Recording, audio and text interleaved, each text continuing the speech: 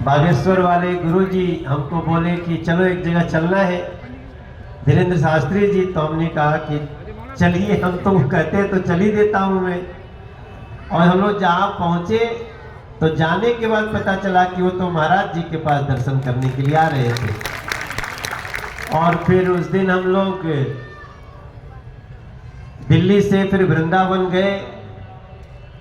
वृंदावन में हम लोगों ने कई जगह बरसाने भी गए हम लोग, और मेरा मन इसमें बहुत लगता है। जब उसमें लग जाता हूँ तो फिर यहाँ पे राम नरेश्वर पराशर जी हमको ढूंढते रह जाते हैं, राजकुमार बल्लन जी ढूंढते रह जाते हैं, हमारे विजेंद्र भाई, रेखा जी, ये लोग भी पूछते हैं कहाँ चले गए थे। विनोद जैस हमारा भाई है, वही महाराज जी ठहरे हुए हैं। तो कई बार होता है ना कि देखिए, आपके ऊपर कृपा हो भगवान की, इसका कोई शॉर्टकट नहीं है कि हम 2 दिन कथा सुन लेंगे, एक कथा सुन लेंगे तो हमारा सब अच्छा हो जाएगा। मैं इसमें विश्वास नहीं करता।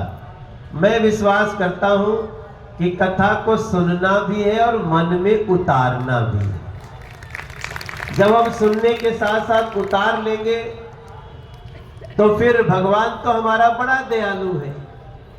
हम सब धीरे धीरे 22 जनवरी के करीब आ रहे हैं, और आप सब कितना जानते हैं, हमने तो उत्तर प्रदेश के मुख्यमंत्री योगी जी को भी, महाराज जी कुछ भी कह दे तो उठाया नहीं जाता है, महाराज जी ने कह दिया तो वही करना है। ऐसे हमारे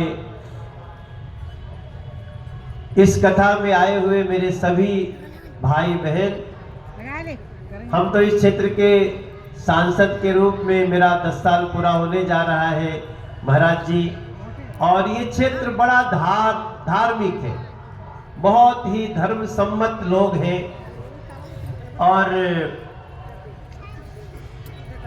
इसी जगह पे हमने शास्त्री जी की भी कथा रखी है, 1, 2, 3 फरवरी को इसी जगह पे हम लोग बुलाने वाले हैं। हम प्रार्थना करेंगे महाराज जी, कल तो करेंगे ही, हम आज भी करेंगे कि वो समय में एक दिन आपका भी आना हो जाएगा, तो हमारे लिए हमारा गुरु और हमारे कथा सब साथ हो जाएंगे। तो ये हमारी प्रार्थना है, और मेरा अधिकार भी है थोड़ा सा। तो हमारे लिए तो वही भाव है जो दुनिया आजकल, भव्य श्री राम जी का मंदिर बन रहा है तो सबके मुख में एक ही भाव है आजकल, वो भाव हमारा भी सफल हो जाएगा। वही कहते हैं ना कि मेरी झोपड़ी के भाग्य अब जाग जाएंगे, राम आएंगे। मेरी झोपड़ी के भाग्य अब जाग जाएंगे, राम आएंगे। हमारे गुरु भी हमारे राम हैं, संत महात्मा भी हम सब के सनातन परंपरा में।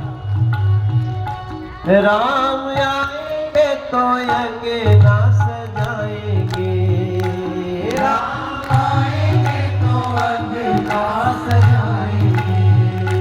दीप जला के दिवाली हम मनाएंगे, दीप जला के दिवाली हम मनाएंगे।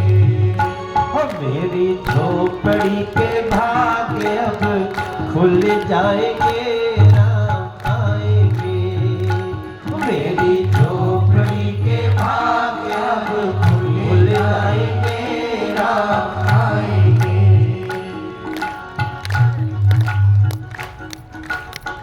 22 जनवरी चलना है अयोध्या, 22 जनवरी चलना है अयोध्या।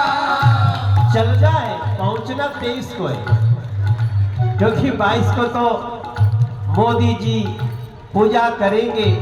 और सोचिए 500 वर्षों के बाद राम घर आएंगे, राम आएंगे। 500 वर्षों के बाद राम घर आएंगे, राम आएंगे।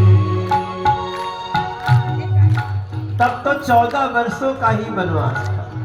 मैं ऐसा सोच रहा था महाराज जी कि तब तो भगवान राम को 14 वर्षों का ही वनवास था,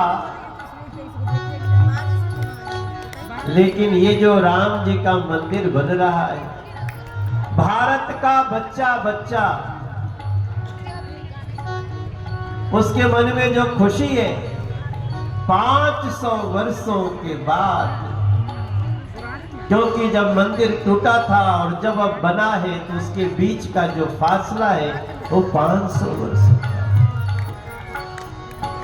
राम आएंगे तो अंगना सजाएंगे, राम आएंगे तो अंगना सजाएंगे, अपने घर को अयोध्या बनाएंगे, अपने घर को अयोध्या बनाएंगे।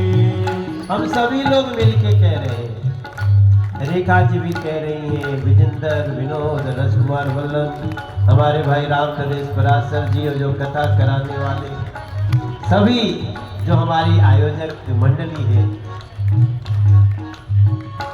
मोदी जी ने भी कहा अपने घर पे एक दिया जला दीजिएगा, अपने घर को अयोध्या बनाएंगे, अपने घर को अयोध्या बनाएंगे, सारे जन्मों के पाप मेरे भूल जाएंगे, राम आएंगे, सारे जन्मों के पाप सब भूल जाएंगे, राम आएंगे, मेरी कुटिया के भाग्य अब खुल जाएंगे, राम आएंगे, मेरी कुटिया के भाग्य। और हम लोग तो ये भी प्रार्थना कर रहे हैं, देखो हम तो जमुना पार वाले, यमुना पार में दिवाली हम मनाएंगे, यमुना पार में दिवाली हम मनाएंगे, राम जी को अपने मन में बसाएंगे, राम जी को अपने मन में बसाएंगे, गुरुवाणी में श्री राम को, गुरुवाणी में श्री राम को पा जाएंगे, राम आएंगे, गुरुवाणी में श्री राम जी को पा जाएंगे, राम आएंगे, मेरी झोपड़ी के भाग्य अब खुल जाएंगे, राम आएंगे, मेरी झोपड़ी के भाग्य